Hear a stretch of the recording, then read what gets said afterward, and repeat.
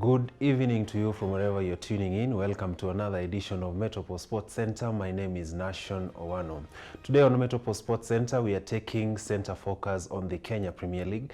And in studio today to shed more light and to have a bit of reflections on the Kenya Premier League is the Kenya Premier League CEO, Jack Oguda. Welcome to studio today. Thank you very much. We appreciate the fact that you made time to come in studio. So let's take a bit of a look back, your reflections on how the situation has been on the Kenya Premier League. I mean, you're already in the 11th round of the league. There's a lot of development has happened since the first round up to this point. So what's your reflection about the league so far? First of all, I'd like to mention that it's unfortunate that the 2019-20 season started on a very low note, in the sense that we lost our title sponsor, SportPesa. And ever since that, then we've been having a lot of challenges in terms of trying to run the league. One of the main challenges, every weekend you have to appoint 5 match officials to a match, and we have nine matches every weekend. So that means we need to pay these officials to officiate the games, and that's close to between 50 to 60,000 shillings per match. Okay. So the governing council had to sit down and make a decision on that, and they agreed that by the time, before we realize any sponsorship, then the clubs will bear the cost 50-50, so that the matches can kick off. And at some point we also got a complaint or a petition from the clubs that the league should stop. But that doesn't solve the problem, because you never know when the sponsorship would come by. Usually negotiation for sponsorships take between 1 to 6 months or 3 to 6 months. It doesn't just come in immediately. As SportPesa left at the tail end of August, it's now almost going to 3 months. We are still trying to knock doors to see whether we're going to get somebody on board to come as a title sponsor and rescue the league. One positive thing is that we are still on TV. We have a partnership with La Liga, and they are helping us to produce our matches every weekend. And we can guarantee Kenyan football lovers that every weekend we will be televising at least 1 match per round until the 34 rounds. But we try and ensure that at least we see whether we can maximize on that and have double headers. So we did not want to kill the product. We had to make sure that at least the matches go on, so that Kenyan football lovers can continue seeing the fruits that we can bear from the league. Okay. Yeah. You mentioned the arrangement that the governing council has had to create with clubs. How is that working out for the league so far? So far it's good. However, there are some clubs that are having challenges in getting the money to pay the referees. Right now we are doing a bit of statistics to report back to the governing council on how this has been faring on. But happily, there's no match that has been abandoned because of lack of payment of referees. So far it's good, and we appreciate the perseverance the match officials are taking up, and the perseverance that the clubs are having currently. It's working, but I know it's a challenge. Okay.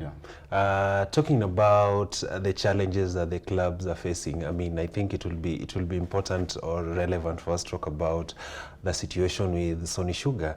I mean, they've been relegated from the league. Going forward, I mean, what's like a long-term solution that probably the Kenya Premier League is trying to come up so that we avoid a reoccurrence of the current situation that the Kenya Premier League is facing? I think as you might be aware, is that every league has its structures and has its policies that are supposed to be followed by all the clubs.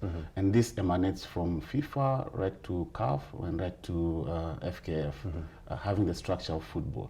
So FIFA started the club licensing process, and they gave each association or each member association a grace period on when to implement. We already implemented the club license in 2017. However, there's been a lot of challenge. The clubs were supposed to give in their financials, the infrastructure, the personnel, all these aspects in the club licensing. However, when we had already released the fixtures, we were aware that SportPesa will be on board. Okay. And part of the submission that the clubs gave to FKF was part of money that we were going to give them in terms of grants monthly. So it was a catch-22. Okay. Do we kick off the league or do we stop the league? So we made an assumption that the clubs are going to manage and scrape through the league with at the back of our mind, knowing that they still have their the other sponsors on board. But unfortunately, probably this is not the situation. There are clubs that are probably dependent solely on money from the league, which is quite minimal. You cannot depend on the grants that we give you. Because last season we were giving clubs close to 330,000 a month. That cannot sustain you. Yeah. One away match would cost you between 300 to 400,000. So you cannot say that you will sustain a club with the kind of grants that we used to give. So unfortunately, there are some clubs that probably presented documentations to FKF during the club licensing process, but did not show the real situation of the financial situation of the club. And that's why we had, you see last season we had a situation like with Mount Kenya. This year we've seen a situation whereby some of the clubs have already given walkovers. And last weekend we saw Sony Sugar being relegated because the referees abandoned the match because they did not appear on time. And as per the rules, the third time in a season, you are relegated. Okay. Yeah. So probably for sports lovers out there, specifically the Kenya Premier League, I mean, is there light at the end of the tunnel? Have you guys managed to probably engage into meaningful talks with potential sponsors, and what has been their feedback in that regard? Well, we've had a few offers on the table. However, our board thinks it was a bit on a lower side and would really kill now the sport, because the years that we used to, for a year, we used to pay clubs close to 650,000 every month. And that was quite something that could sustain them. But since we lost our broadcaster SuperSport then, and SportPesa reduced the money they were giving the league, we did not readjust because clubs had already signed contracts with players, long-term contracts with players. Okay. So trying to readjust that is quite a challenge. Probably it needs a longer period. And right now, we're knocking doors. We've gotten offers. Some that the board felt that it's not good enough for the league because it devalues the league to the level that we were better placed. However, we still need to rethink on how we are going to either package the league in a way that we get several sponsors, whereby if one leaves, then the other three would sustain you. Let's say if you have four, the other three will sustain you as you look for an additional person to fill that gap. Okay. Yeah. There's been this whole conversation about club discipline and something like that.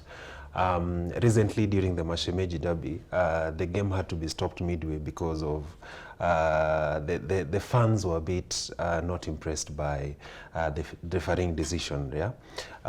So what are you doing in that regard to ensure that discipline is a culture that is there in the Kenya Premier League? I think we had already addressed that. I think in 2016, and you realize in 2016, Gor Mahia lost the league because of an issue of fan trouble between Gor Mahia and AFC, and they lost the league with 3 points, and Tusker took the league.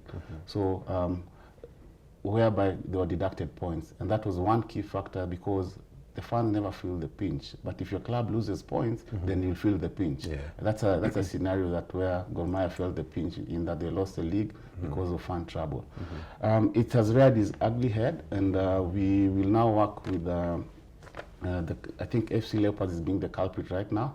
We've already addressed that with our executive committee to take a stern action on AFC and see if we can engage their fans more to try and do away with the vice of hooliganism. It's unfortunate because we got a letter also from Sports Kenya that they're supposed to pay around 300,000 for the incidents that happened on November 10th, and that doesn't help the club. The club doesn't have a sponsor. Probably at that time there's somebody who was coming on board to see whether they'll support them. The guy will just shun away. So it's not good for the sport. It's a very bad image for the league and also for the sports lovers. Okay. Yeah. There's this culture, because I attend some of the Premier League games. There's this culture where we're still not filling up the stadiums as expected. I mean, if you watch the English Premier League, you'll notice that whenever we have matches, irrespective of whether it's Arsenal or Manchester United, the stadiums are usually full.